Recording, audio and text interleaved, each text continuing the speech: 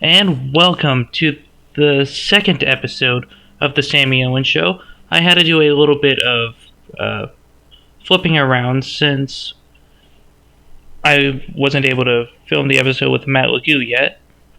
But please welcome my guest, internet wrestling community legend himself, the Undisputed World. Welcome to the show. Hi, how are you doing? I'm doing great today.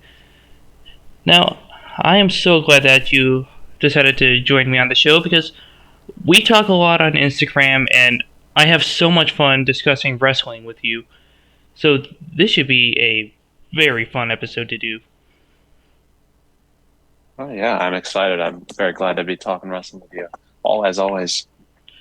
Now, the topic that we were discussing previously that sparked the idea of having you on the show was who should Roman be beaten by if Cody Rhodes does not do it at WrestleMania? Because we know that he is currently the forever champion, but he Mhm. won't be champion forever. So, who should dethrone him, and how would you do it? Personally, um, yeah, I've said since the beginning I thought it should be Cody Rhodes, but if it weren't him, then you have a laundry list of issues. I think the biggest guy, at least from a storyline perspective, it probably is Jey Uso, simply because enough time has passed since he last lost to Roman. And you could make a very good storyline from now until SummerSlam for him to beat him. Anyone else, I mean, if it were someone from NXT, it'd take him at least a year to be a viable champion, simply because I only think Braun Breaker is going to get called up soon. True. But I don't see anybody else on the horizon. Right, and Um, there were reports of Cameron Grimes being called up, but I don't see him being in the world title picture, unfortunately. Huge fan of Cameron right. Grimes. We even share the same birthday. Oh, However, that's nice. he seems more of a mid card kind of guy. Like, you could see him put on great matches with Gunther, Austin Theory. The list could go on and on. But Yeah, maybe, like, a couple years from now, like, I don't think Roman's holding the titles for that long, but Carmelo mhm. Hayes could be a great pick. Absolutely. Because Carmelo Hayes, in my opinion, is the complete package. He's Yes, one of he the is. best. He's one of the best wrestlers in the world, and I mean that is in not only is he a great wrestler, the man carries himself like a star because he just gets it. He's a five-tool player. He does everything right in wrestling, and I've wanted him to be the guy to dethrone Braun Breaker because for a while, when he was North American champion, he felt like a world champion because any segment, any vignette, any match, promo that he was in, I had to watch because it was always special. Like this guy, he just gives me a reason to watch NXT every week, as he did this week as well against Tyler Bate. Yes, that match was absolutely incredible. There has never been a bad Carmelo Hayes match since he has arrived in NXT. Like, look back at New Year's Eve of last year when he unified the Cruiserweight Championship against Roderick Strong. That was one of my favorite matches of the year. Yeah, it was impressive. I think the great thing about Mello is no matter what card he's on, you're gonna remember his match.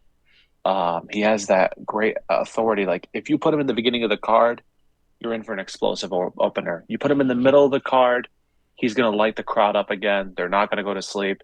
If he's the main event, I'm watching the show no matter how good or bad it is. That is exactly how I feel about him. But back on to the topic of Braun Breaker. He is one of those stars who doesn't need his family name to be a huge star. Like, Hmm. for instance, Charlotte Flair and Tamina are two people who basically just used the. Well, Tamina used Snuka for a while before they dropped that, but they basically just carry on their father's legacies instead of just trying to build their own uh, reputation without the last name. While Braun Breaker could have been called Braun Steiner, and uh, he doesn't really need the Steiner name to be a huge star. He's already a big star, in my opinion. Yeah, I completely agree. Braun Breaker hasn't even been wrestling for 2 years. He's entering. He's going to be reaching his 2 year anniversary of wrestling this year, and he's already having amazing matches with some of the best wrestlers in the world. He is already had the most NXT title defenses of any NXT champion ever, more than Adam Cole even, and that's saying something. Like That this is guy has killed it.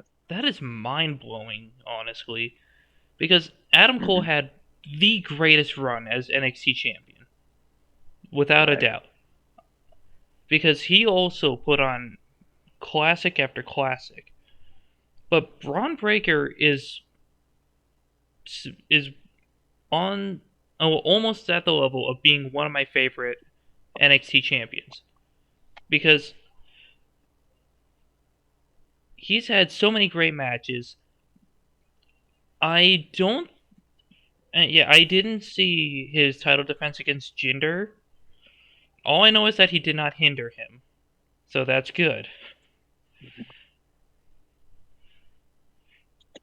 Yeah, LeBron, that's the thing about him. I think he's really grown as a performer.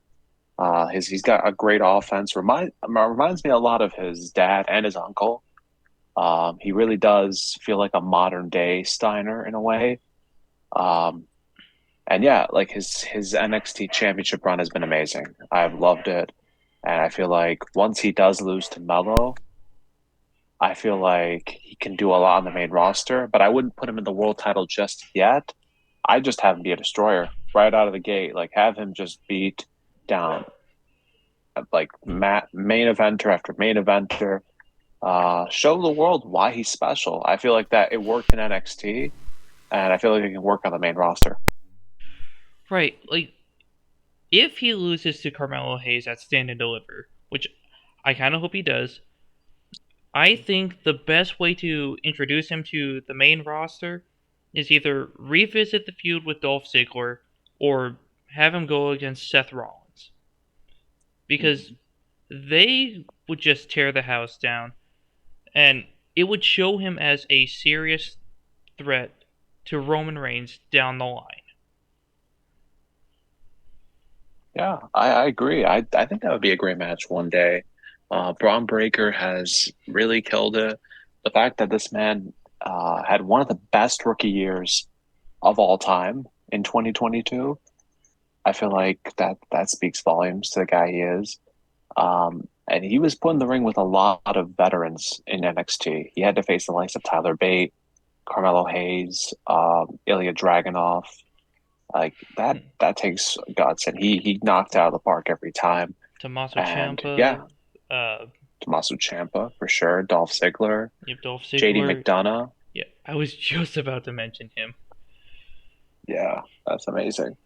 Um, I just want to know what Braun's going to do next after NXT Stand and Deliver. Because I think there's a lot of things you could do with a guy like him with such raw talent. I can absolutely agree with that. And now on to one of the other people you've mentioned, Jay Uso. Now, Mhm. back in 2020, the oddest time for professional wrestling, Oh yeah, there were two matches between Roman Reigns and Jay Uso, and both of them just told a perfect story. And many claim that their Hell in a Cell I Quit match was match of the year, maybe match of the last 10 years. Like, just for the story alone. Hmm. And Yeah, I mean, it's rare when a Hell in a Cell match has ever gotten to my memory like that these days. I usually don't like Hell in a Cell matches. There's only a few I can name that I've liked in the last decade, and this is one of them. This is amazing. It was not just a great wrestling match, it told a story that I've gone back and watched a lot. And looking at it now, the fact that this storyline has reached to the point where it is the best wrestling storyline in the last year, or maybe the last 5 years as well.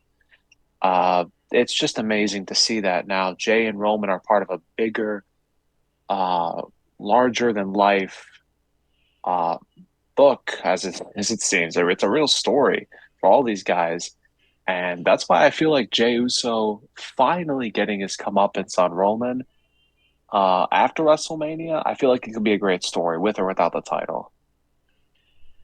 absolutely, because, like you said, it's a very big story, and that would be one of the perfect ways to write that final chapter.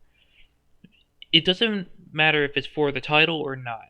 They will put on one of the best matches of the show, possibly the best match of the show.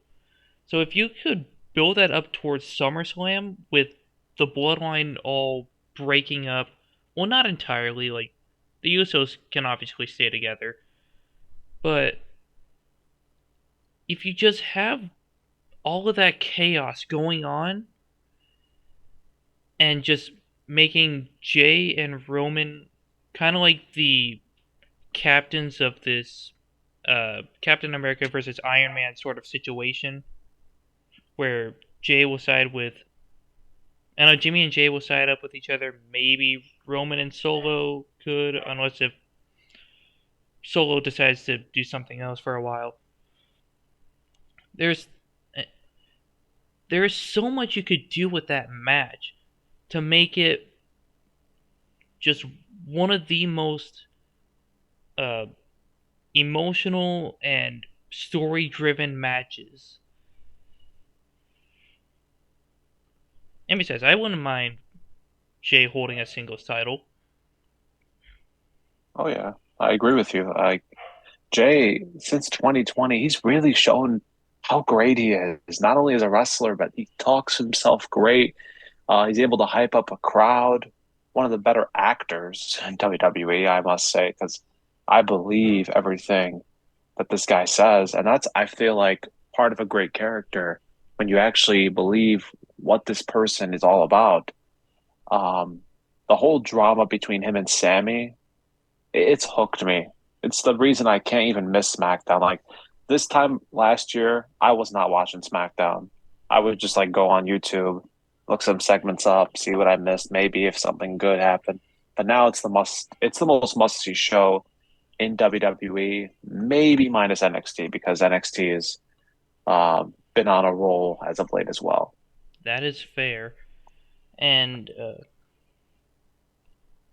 one of the things about like this whole story that can prove what you said is true is the Royal Rumble, like the build up towards that.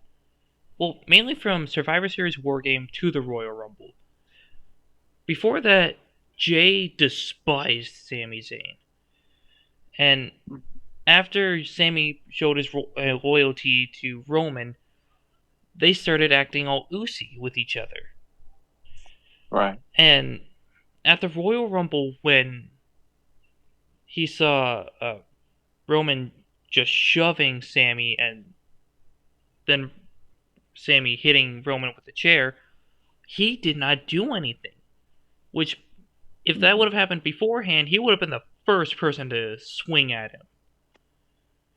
But he saw like the entire thing on like how Roman was treating him and Sami and just every member of the bloodline. Maybe he's getting tired of his cousin's abuse of power and he wants to be the one to put the final nail in the coffin of this title run. Right. I feel like now he's finally seeing the good, because of what Sammy did. He's finally seeing, yeah, Roman is just a manipulator, and Roman's character is all about paranoia. The guy only cares about being champion. Anytime that he's really questioned or in trouble of losing his belt, he panics. He blames other people. He has a scapegoat. And I think it works that there's always a different dynamic of a character. Jay is the guy that he just makes does everything. Jimmy is Jay's moral compass. Paul Heyman is the guy who just goes along with everything because he needs a job, and Roman saved his career. Solo is a very good enforcer. He's basically, I feel like, a mix of Umaga and Tama Tonga, which I like. Ooh, And great Sami Zayn was comparison. just that final path. Yeah, I love that Solo is basically now doing Umaga's types of move sets. It works well. It's He's very believable. an amazing way to pay tribute to a legend in the business. I agree, 100%. And another potential person who could dethrone Roman, I know this is a wild shot out of a cannon, Rhea Ripley, because she is being treated like how China was back in the day. She's this superhuman woman who is fighting men and doing pretty much all the dirty work for the Judgment Day. And if she keeps up this path of dominance and she gets tired of the women's division, like after she beat Charlotte at WrestleMania, she could relinquish the title and challenge Roman Reigns to a once in a lifetime potential dream match. And besides, a lot of people want intergender wrestling to come back in WWE. Right. This could be a great way to showcase Rhea's potential as a megastar. Yeah, and Rhea has already been heavily protected ever since Triple H took over. I mean, the woman hasn't lost a match since. She's very dominant. Right. They've already been treating her as dominant as the guys. She has a win over Akira Tozawa. No She's been disrespect to Akira Tozawa, but anyone could do that. definitely, yeah, yeah, for sure. But Um, she may have lost at the Elimination Chamber, but Finn took the pin, so she was protected in that instance. right. I definitely think Rhea is should be Charlotte to avenge that loss she had. It would be a great story, and this would solidify her, like winning the NXT Raw Women's title, SmackDown Women's title, WWE Women's Tag titles, and NXT UK Women's title. I feel Yeah, like she'd be the first woman to do that. yeah, she would be the first woman to do Definitely. that. Sorry. Uh, because if you look back at every former NXT UK Women's Champion, it was Rhea Ripley, Toni Storm, uh, Mhm. Miko Satomura, Right. Kaylee Ray, and technically Mandy Rose if you count that. Yeah, I guess you can count that. But yeah, no one else is even close to that because Toni Storm is Right. in AEW, Hmm. which we can get to that later. Uh, Mako Satomura and now Alba Fire are in NXT. Personally, I think Alba Right. Fire should be called up soon because I agree. I don't know how long she's been there. It's just been forever. Well, it's been a while, yeah, for sure. And Alba and Isla Dawn now being a team, why don't you just call Oh, both of them up? I yes. feel like they're both pretty good veterans. And Miko Satomura, I mean, you could call her up. She is getting up in age, but that's Right. the beauty about her. She is honestly, she's by the way one of the best women's wrestlers I've ever seen. There's a Oh, reason they call her the final boss. Like because this woman is a dominant lady. She's barely ever been pinned in the last 20 years. I don't even think she's lost in WWE yet. Like she's still undefeated technically. Yeah, And because Blair Davenport took the pin in the triple threat to unify the titles. that's right. And Um, I think this Tuesday, or this past Tuesday, depending on like how you see it, because this episode is going up on the 10th. So the match right, will probably be done with. And this could be her first loss against I Roxanne agree. Perez. Hmm. Yeah, Roxanne is amazing. Like for her age, how good she already is. I see her being on the main roster eventually, maybe even this year, because she's already surpassing some of the ladies on the main roster. I think WWE's women's division is in great hands when you see women like her, Sol Ruka, Cora Jade, Tiffany Stratton, who's a great character, Nikita Blair Lyons. Davenport, Nikita Lyons, who's getting better. Um, like they have such a great crop of talent and characters down there.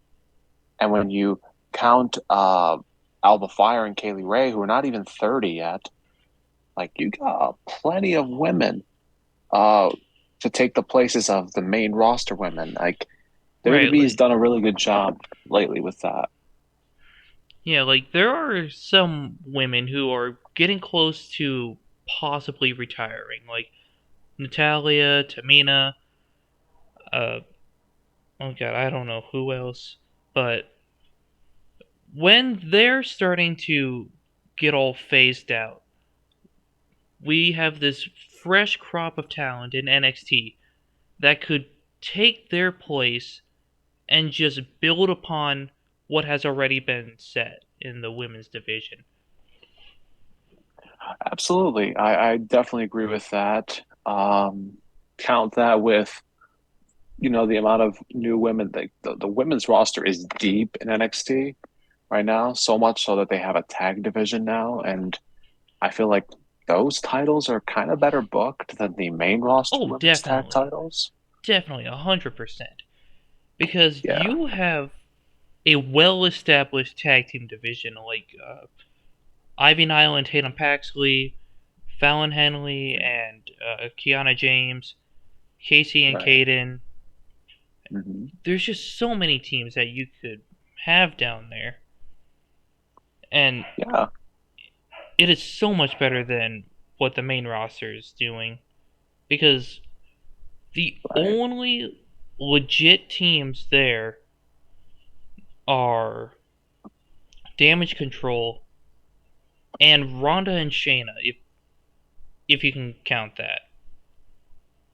Uh, I guess I could see Ronda and Shayna as a team. They are looks like they're going to be competing for the tag titles at WrestleMania, Gross. if reports are to be believed. And I can understand that you could use a dominant team. The issue is they need teams to face, and I mean, besides Damage Control, who could they really face unless you call up a team?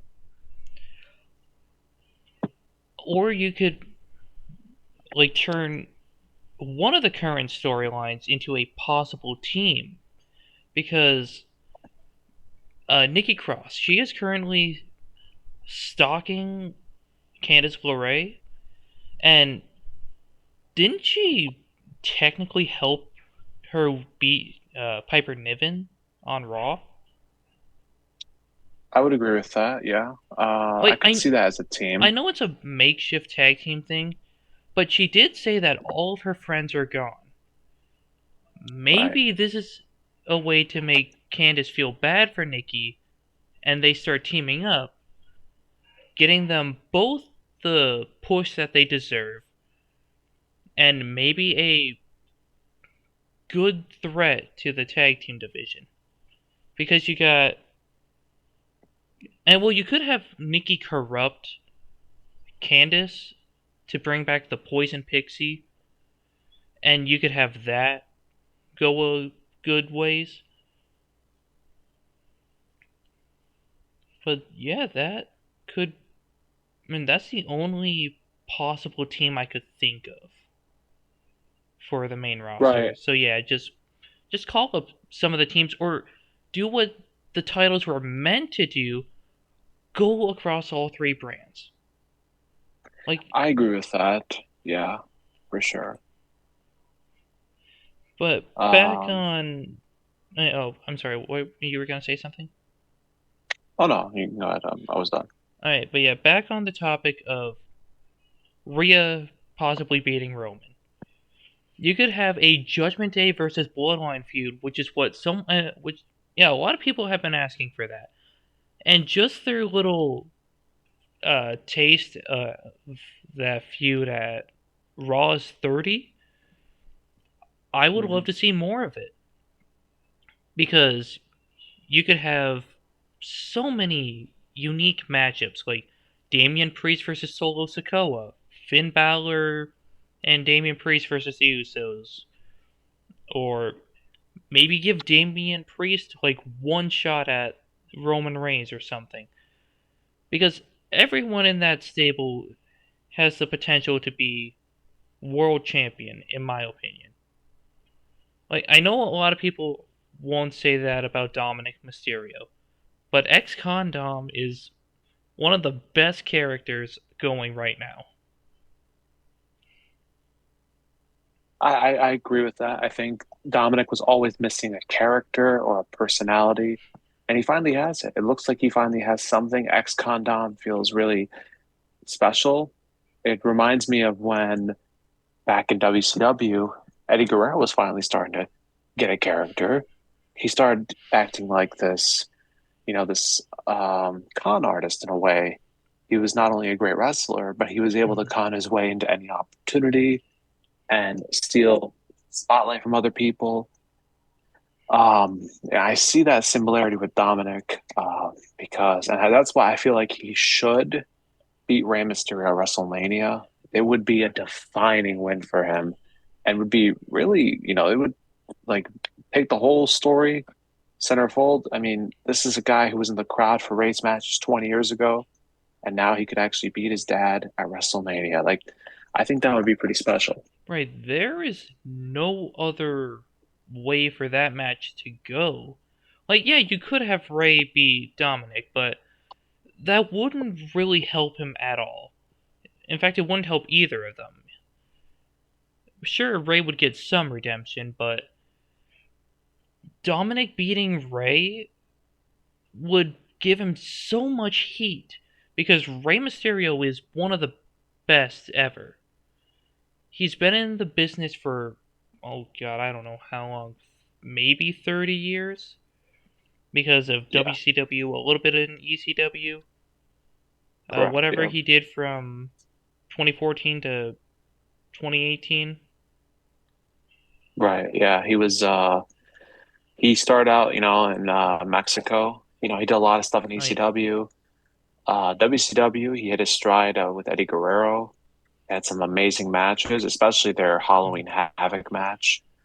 He was in WWE for a long time. And then 2014, after that, he went to Lucha Underground. He was in New Japan for a while. Um, I forgot this, but he was in the main event of All In, the pay-per-view that Cody Rhodes and the Young Bucks created, Oh yeah. which ended up becoming all AEW a few months later.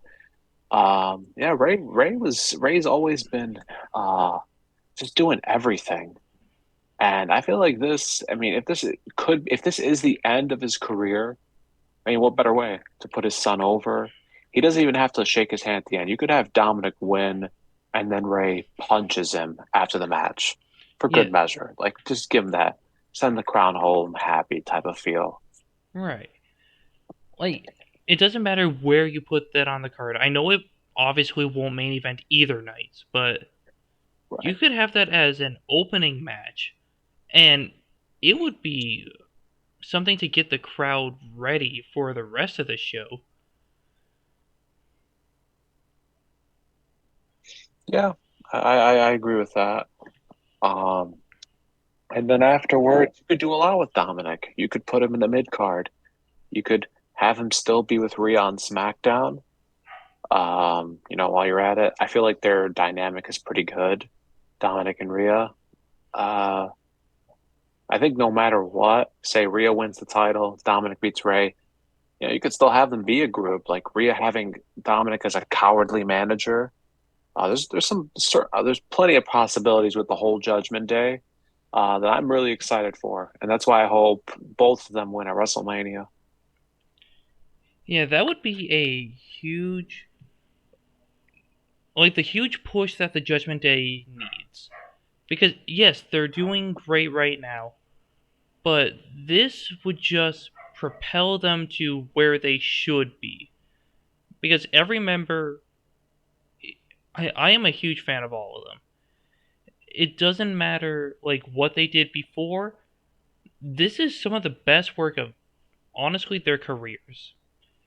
Yes, I was a huge fan of Absolutely. Finn from when he came to WWE to before he joined the Judgment Day, but he just was a victim of stop start pushes, mainly from when he got injured in 2016, I believe. Yeah, it was. I believe it was. Yep, 2016. He became the first Universal Champ. He went down with that injury. Then it took him a while to come back. Um, yeah, just that whole period after he came back, where he was just Smile Balor, just a dude who came out, smiled. They would remind us he's the first Universal Champion, but this was a guy who would always lose. He only had like one legit match on the main roster before he went back to NXT. It was when he faced AJ Styles, but that was by accident. Like they were about to make him face Bray Wyatt in drag. Oh God, don't remind me of that. Oh, thank God they said last minute Bray got sick. They brought AJ in. Finn and AJ got like hell of a chemistry together, and it worked. But the problem was Finn Balor the next night jobbed to Kane, and I feel like Oh that's been the yeah, biggest issue with him. Like Finn is great, the booking, nah, not so much. yeah. That Kane run in 2017, 2018 was just bizarre. Like I don't know how. I don't remember how it all started, but it led to like a 5-on-3 TLC match against the Shield. He got a Universal Championship match. Then he was taken out of action by Braun Strowman, I believe. I think it might have been a last man standing match. Oh, I think it could have been, yeah, probably But and because that's all, and that is how you end a Braun Strowman feud, honestly. most of the time, yeah, for sure. I just, yeah, that was a weird time. I guess that was Kane's last full run, I would say, and then after that, he's just like a Like a sporadic here and Royal there. Rumble appearance, or just granting Bianca Belair the key to the city, or something like that. Yeah, and I think that's probably the end for Kane. Now that he's in the Hall of Fame, I guess you can say that's probably the end. So yeah, Yeah. for sure. And uh, yeah, one last person I think could possibly dethrone Roman Reigns. I think that would be Seth Rollins because he didn't beat Seth Rollins at the Royal Rumble. He still has his opportunity to actually have that one-on-one match that ends in a legit pinfall. Because yes, Seth Rollins did win by disqualification, but they acted like that didn't even happen afterwards. Like Right. they just automatically moved on to Goldberg for some reason.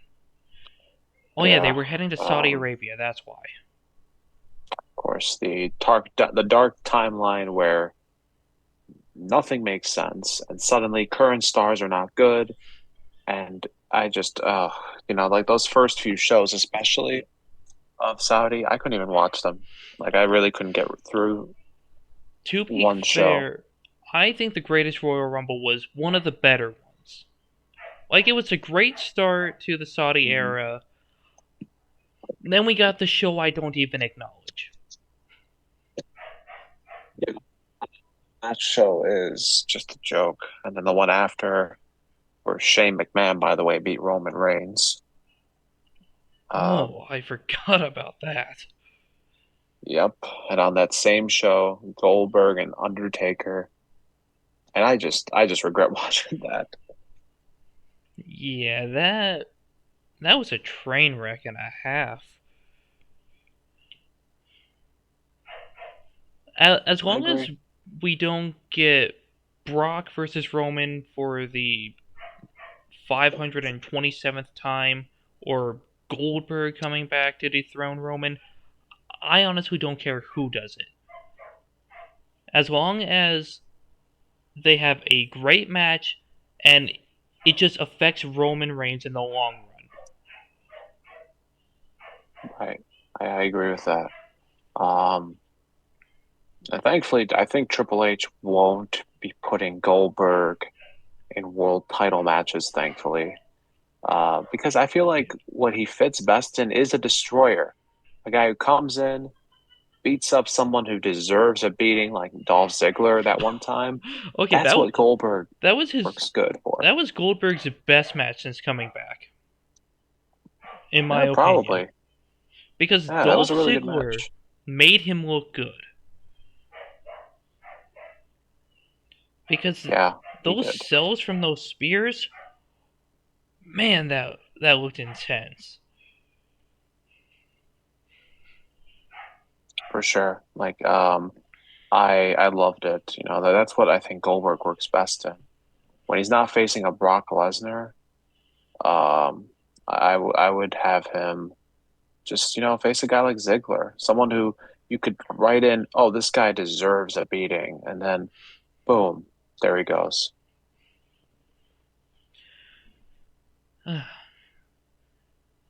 So, moving on to our next topic, what are some of your dream WrestleMania matches? Like, you don't have a limit to anything.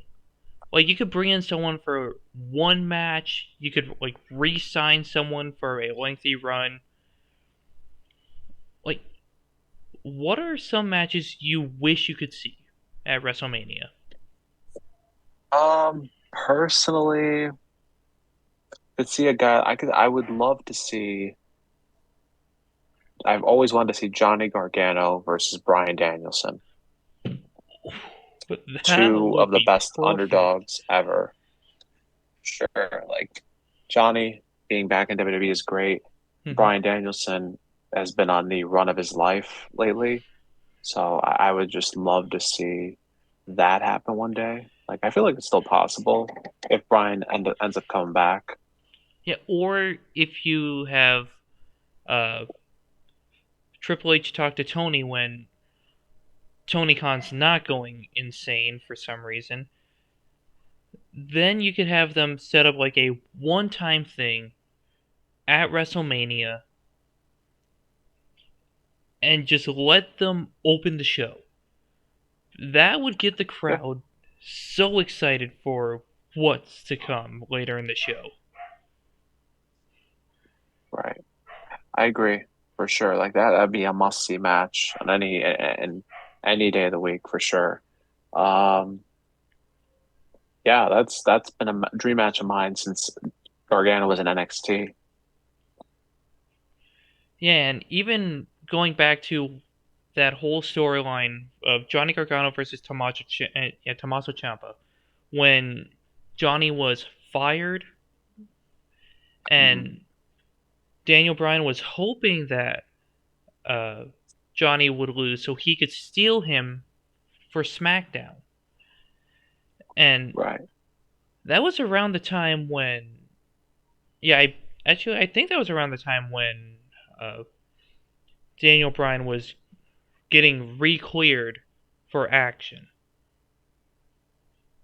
Because if Johnny would have lost there, we could have gotten Daniel Bryan versus Johnny Gargano. And that would just make so many wrestling fans really happy. I agree for sure. Like that would have been so good. Um, but no, it might still happen, thankfully. Now that Gargano's back and Bryan seems to be doing good, and he's about to main event another pay-per-view, which I never Right. thought I'd see again. And against MJF of all people, that should be For awesome. sure. Yeah. Oh man, I cannot wait. That's the one match I'm looking forward to the most at Revolution. Speaking of MJF versus LA Knight is a match I would love to see at WrestleMania Ooh, yeah, I like that. because they're both arrogant heels, and the story they could tell would just make a lot of people say, "Man, who is the bigger jerk out of the two, and who do I want to win more?" Let's see. Yeah. Um, yeah, I would love that because LA Knight is that great jock type heel that you that he can just light up a crowd as a face or a heel. At MJF, nobody mixes real life and kayfabe as good as him. Just Absolutely, his struggle to wanting to be the best and how he mixes his real life problems into real drama on TV. It's great, great stuff, and I feel like that would be a good mix. You could have LA Knight even as a face against MJF, and it would work. yeah. MJF is one of the main reasons why I watch AEW because Hmm. one of the first promos I've heard of his was against Darby Allin about his drunken uncle. That Yeah, was just so brutal. And it made me want to see those two just fight. Like, not in a match, but just like an actual fight. Because I was, yeah, like, I didn't know much about MJF at the time, so I did not expect him to go that far.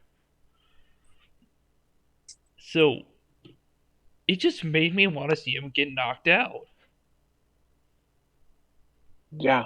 It was something really. I mean, like the fact that MJF he's able to make me care about any of his promos that he's in, whether he is just being a completely unlikable douchebag heel or when he just wants to be a villain, like a straight up villain, like that just eats at your soul.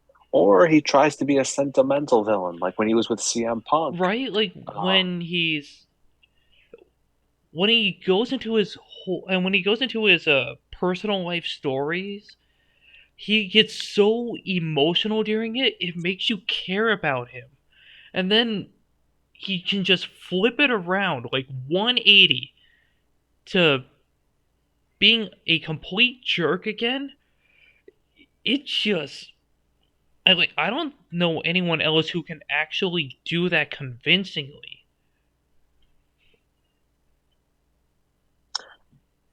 I agree. Like that's how great he is, and the fact that him being a great wrestler isn't even the most talked about thing. I definitely see MJF holding the championship until 2024, at least until that day, because the whole storyline, is he going to stay or is he going to leave? It really interests me. But it would be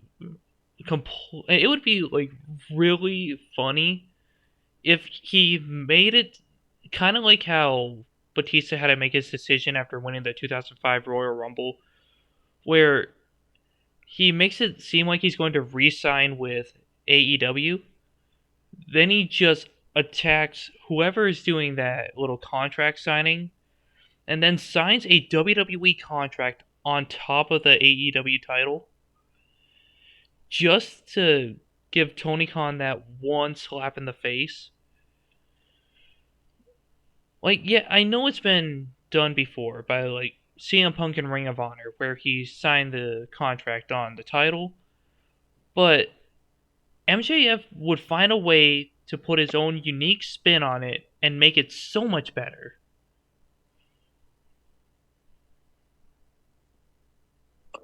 Yeah, I agree, and that's why I feel like he could fit in WWE. Um, Even in a more strict environment, he's able to cut promos that make you care, make you want to watch, and he works in that high drama type of uh, habitat. Really, like some of his best feuds have been about drama. Him versus CM Punk, versus Wardlow, versus Darby, versus Chris Jericho, and now against Bryan Danielson. Like it just works so well for him. Absolutely, and even if he does come to WWE, Triple H would probably let him have creative control, but just kind of tone it down a bit. And he could make some of the best feuds for like Seth Rollins, Roman Reigns, Drew McIntyre, LA Knight, like I mentioned before, The Miz. You can even go back to that CM Punk feud he had, where they were just mentioning like he's a less famous Miz or the You Can't See Me man, and that would just bring all that drama, and maybe it would anger the wrestling community, but that's what MJF does best. And Yep, just a I agree with that proper feud with any of those people will make people hate MJF, but they don't want to tune away because they want to see him get his head kicked in. for sure, definitely. And I think Bryan Danielson's the perfect opponent to go 1 hour with him because that guy has wrestled over an hour several times in his career. Right, and uh, another guy that has wrestled for an hour and apparently longer, Chris Hero, formerly known as Cassius Ono. Apparently, he Right? did this charity show where he wrestled for like 3 hours straight. Yeah. In his day, in his prime, Chris Hero was an animal. He was a beast. This guy was unbelievably gifted, and I thought he was going to go far in NXT and Right. WWE because he had a look WWE liked. Right. I thought he was going to win the NXT championship at some point. Right? Yeah, me too. But yeah, what are some other dream matches you'd love to see at WrestleMania? Um, I feel like one that we could see eventually, Braun Breaker versus Roman Reigns. I feel Yes. like that would be great. Gunther versus Brock Lesnar. I feel like that is great. Like Lesnar, he works good against small guys, big guys, you name it. But Gunther is a guy who, when you see this guy in a match, it's Mhm. guaranteed to be nothing short of great. But I'm just wondering how Brock's going to make this WrestleMania match work because Omos is honestly just a worse version of the Great Khali. Like, don't get me Well, wrong, I yeah, I tried mean, to give him a chance, but I don't see any potential in him.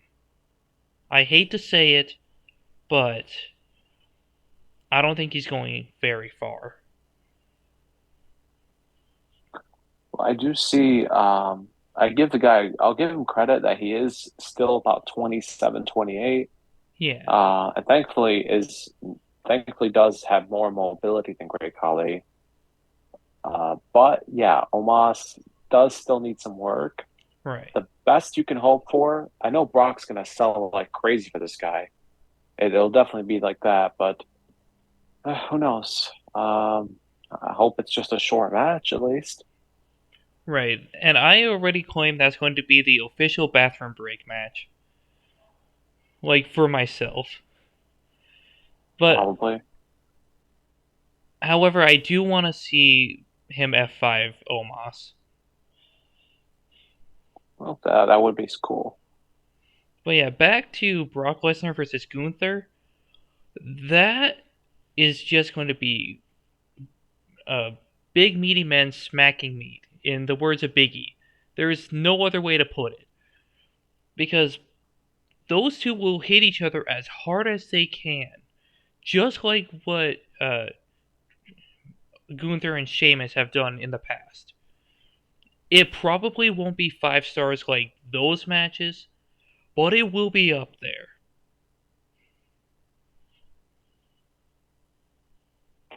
Yeah, like that's what I think. You know, these two can go 10 minutes, 30 minutes.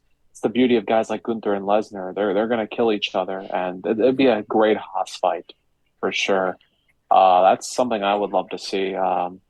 Hopefully, you know, Gunther. I feel like if he does win at WrestleMania, just have him break the whole damn Intercontinental title record Yes. because In he is the fact, best Intercontinental champ I've seen in years, in fact, literal I years. I looked it up, and from what I've seen, if he does retain at WrestleMania, which is most likely going to be Drew McIntyre versus Sheamus versus Gunther, his reign will break that record like September 8th or 9th. And I just hope he holds it for that long. Maybe even longer. Have him hold it until the Royal Rumble, then you can start a feud with Brock Lesnar, building up for WrestleMania 40. Yeah, I agree with that 100%. You know, I would love to see that down the line for sure. Definitely. Yeah, and one other match I want to talk about that I would love to see at WrestleMania, Keith Lee versus Dijak. They've had amazing matches down in NXT and in other companies. Like, I think they've wrestled a couple times in PWG, if I'm not mistaken. Yeah, their match, PWG Battle of LA. Um, it's the stuff of legends. And then their match at Portland, which is honestly still one of my favorite matches of all time. It's just these two are so good together, and I really wish we could see them again together in the ring. Now that Dijak is finally, you know, having a new type of gimmick in NXT, you know, who knows? Maybe it could happen one day for sure. Right, and Keith Lee and Triple H are probably friends, like out of the company. And Triple H put the rocket on Keith Lee's back by making him NXT and North American champion at the exact same time. The only person to do that. And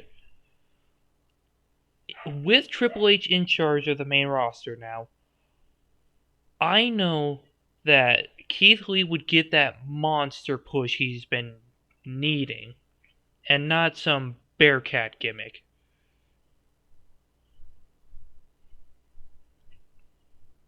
Yeah, I wish the whole Bearcat thing. I don't know what it was. Like, Didn't really understand I did Keith, look I into it, guess. and it was paying homage to a former, like a wrestler from back in the day, and Oh yes, I can Bearcat respect rights. that. Yeah, However, for sure. you didn't have to change his name to Bearcat Lee. That's just the nail in the coffin for his first run with the company. But Yeah, with Triple I H agree. being in power right now, you know that could be a big feud he could build up for like a late in the show WrestleMania match, possibly the main event if booked correctly. But Yeah, I can see that. You could just make it a like you could build it off of their NXT feud and show that they have mutual respect for each other, but don't make it where they're teaming up for tag titles during the build for it because that's just really irritating because the can they coexist storyline is overused. Right, for sure. Well, yeah, I now I, I never liked it. yeah, they're just so pointless because most of the time, like 99.9% of the time, they won't coexist.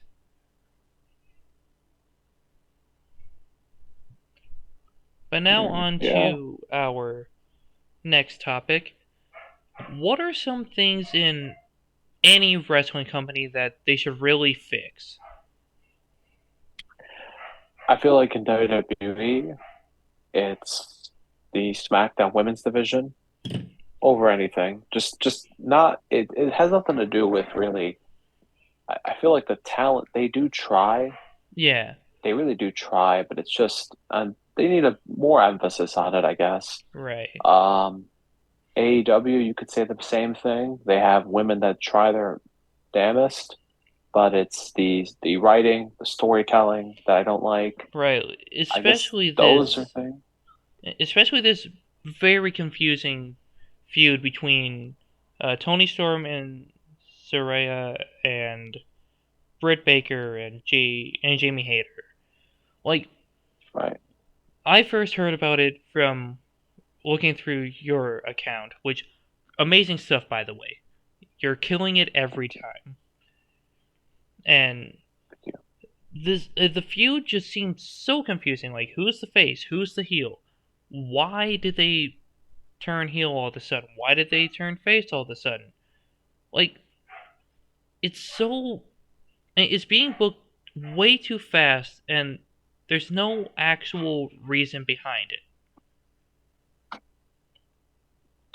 Yeah, I would agree with that. Like it feels very rushed. I feel like that's the issue, and it makes little sense as to why Soraya's in the match Sunday and not Tony Storm. I mean, Tony's the one getting wins.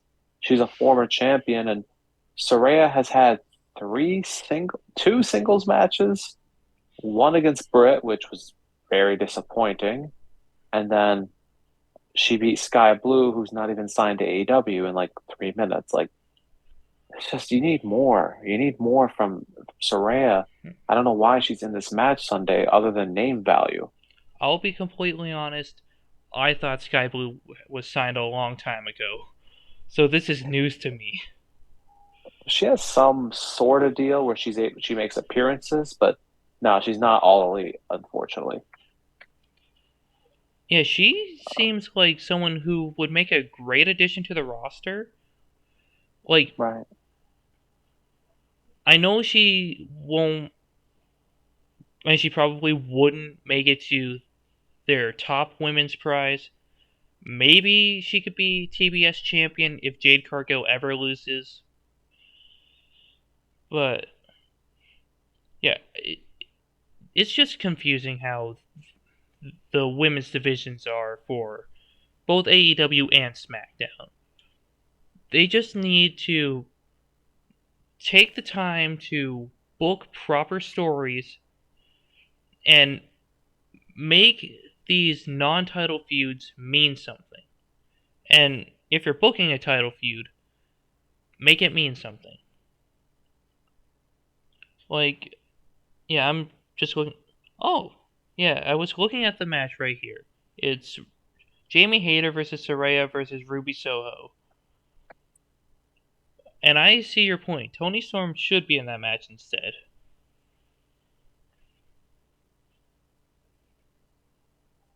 Yeah, I agree with you 100%. It's a real shame. Uh, I just hopefully at least it's a good match. And if the reports are to be believed, like from a while ago, there's probably going to be a draft after WrestleMania. So that could fix the women's division, maybe just a little bit, like make it more balanced on both shows. Because Raw is currently stacked with Bianca Belair, Bayley, Dakota Kai, Io Sky, Rhea Ripley. There's just so many talented and main event stars on that show, while Mm-hmm. uh, SmackDown has Charlotte Flair, Raquel Rodriguez, uh, Liv Morgan, Ronda Rousey. Like, there's not that many top names in that division. So I definitely see your point on Oh, how that division is one of the weaker ones. definitely. I hope at least tonight's episode of SmackDown it improves. I sure hope it does. And another thing, the AEW tag team division. I was honestly a fan of their tag team division when FTR was champion because they're one of my favorite tag teams of all time. There's no debate about it. So, mhm. They actually care about tag team wrestling, and for years I've made a big point about how important it is to my love of wrestling. And they understand that so well. They want that division to be one of the best ever. But then you got teams like the Gun Club. I know that some people on your page hate it when you talk bad about them, but this is a safe space. Talk about them as much as you want. Well, I mean, the Gun Club are fantastic as being unlikable heels, but I mean, I just don't think they should have won the tag titles this soon. Right, and especially Um, off of the acclaimed. yeah, for sure. And I just don't like it. And you know, if you really want must-see stuff, like look at tonight on SmackDown. Roman Reigns and Cody Rhodes are kicking off the show. Then Like we that's going to have be Solo amazing, Sikoa versus Sami Zayn. right? That one's Liv going Morgan to be versus Rhea hard hitting. Ripley. Yeah, I can't wait to see that. I cannot wait for the reaction that both guys are going to get. Yeah, this whole episode of SmackDown sounds awesome right now. And they still Definitely, haven't even announced more stuff for it. Like we know we're definitely, yeah. probably going to be getting the build up to the Intercontinental Championship match, and Right. this is going to be huge for anyone involved because Gunther has been a pretty dominant champion, and honestly, respect to him. He deserves it.